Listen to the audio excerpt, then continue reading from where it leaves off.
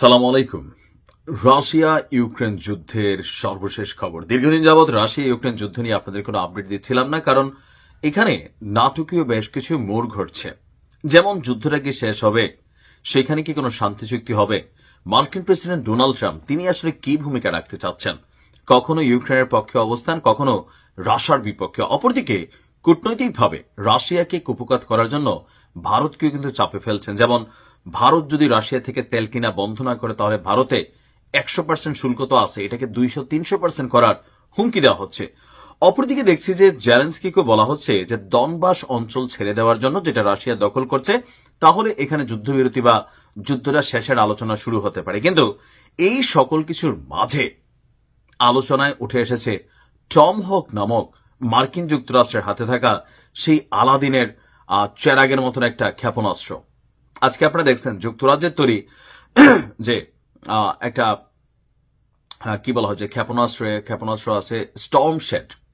সেই স্টর্মশেড ক্ষেপণাস্ত্র টমহকের থেকে অনেক দুর্বল একটা ক্ষেপণাস্ত্র, কিন্তু ওই ক্ষেপণাস্ত্র দিয়ে রাশিয়ার অভ্যন্তরে আজকে ইউক্রেন যে অভিযান চালিয়েছে অস্ত্র কারখানায়, তো এই টমহক হাতে পেরে বলা হয়ে থাকে যে কয়েক ঘন্টা বা কয়েক মিনিটে রাশিয়ার যে মূল স্থাপনাগুলো আছে, সামরিক বা কি পয়েন্টগুলো, সেগুলোকে গুড়িয়ে দিতে পারবে ইউক্রেন। যার কারণে মরিয়া হয়ে আছে যে আমেরিকা কবে এই মেশিনটা তাদেরকে দিবে। তবে রাশিয়া বারবার বলছে যদি মার্কিন যুক্তরাষ্ট্র এমন কোনো পদক্ষেপ নেয়, তাহলে সেটা তৃতীয় বিশ্বযুদ্ধ শুরুর সামিল। কিন্তু তো আসুন দেখি কি এই ক্ষেপণাস্ত্র। যে কোনো ধরনের আবহাওয়ায়, যে কোনো হোক ঝড়, বৃষ্টি, শীত, বসন্ত, যাই হোক, যে কোনো আবহাওয়ায় ব্যবহার উপযোগী দূরপাল্লার সাবসোনিক গতিসম্পন্ন একটি ক্ষেপণাস্ত্র বা মিসাইল। মার্কিন যুক্তরাষ্ট্রের জেনারেল ডাইনামিক্স কর্পোরেশন 1970 সালে এটি প্রথম নির্মাণ করে। তখন এটির নকশা করা হয়েছিল স্বল্প উচ্চতায় ব্যবহার উপযোগী মাঝারি থেকে দূরপাল্লার ক্ষেপণাস্ত্র হিসাবে। তবে বর্তমানে এটি নির্মাণ করে র্যাথিয়ন নামক কোম্পানি। কিছু কিছু টমক ক্ষেপণাস্ত্র ম্যাকডোনাল ডগলাসও নির্মাণ করে। তো এটার বিশেষত্ব কি আমরা যদি একটু দেখি, যে আপনার অপারেশন রেঞ্জ 1350 নটিক্যাল মাইলে আপনার এটা মুভমেন্ট করে। তারপর এটাতে যে ইঞ্জিন ব্যবহার করা হয়েছে, Williams international F10 WR402 turbofan নামক যে অত্যাধুনিক প্রযুক্তির সলিড ফুয়েল রকেট বুস্টার যেটাতে ব্যবহার করা হয়ে থাকে। এই ধরনের উচ্চ প্রযুক্তির মেশিনারি যেটাতে কানেক্টেড। দৈর্ঘ্য কতটুকু? 18 ফুট 3 ইঞ্চি এটা লম্বায়। তার মানে বাংলাদেশের মানুষ হিসাব করলে 3টা পুরুষ মানুষ পাশাপাশি মানে কি বলা হয় যে আড়াআড়ি যদি শোয় তাহলে যতটুকু হবে। তারপর এটার ব্যাস হচ্ছে 20.4 ইঞ্চি, মানে পাশে 20.4 ইঞ্চি ধরি আমরা 1.5 ফুটের মতন। ওজন 2900 পাউন্ড 1300 কিলোগ্রাম। আরেকটা আছে 3500 পাউন্ড 1600 কিলোগ্রাম।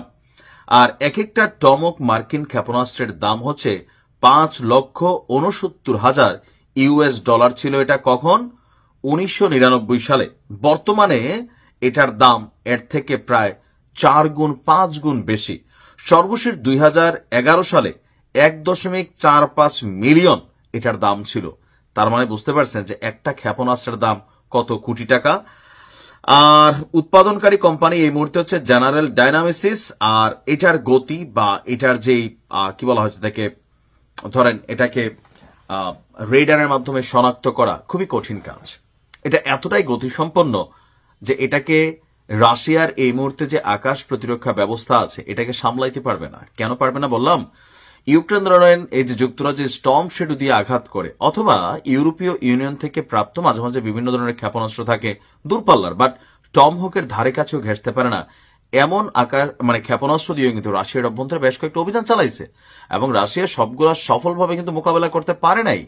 এখন টমহক যেই টাইপের মেশিনারিজ, এগুলো যদি ধরেন ইউক্রেনের হাতে এখন আমেরিকা দেয়, আলোচনায় আছে অলরেডি এটা যাওয়ার পথে, তাহলে বলা হচ্ছে যে কয়েক ঘন্টায় রাশিয়ার যে মূল কি বলা হয় যে ধরেন গুরুত্বপূর্ণ যে জায়গাগুলো আছে, ইভেন খোদ প্রেসিডেন্ট পুতিনের বাসভবনও আসলে নিরাপদ না। কি ঘটতে যাচ্ছে যুদ্ধে? নতুন আর একটা মোড়। আর ধারণা হচ্ছে যেটা মিলাজিলা যে 2025-এ তৃতীয় বিশ্বযুদ্ধ আসলে শুরুই হবে। পরিস্থিতি ভালো না। ভালো থাকুন।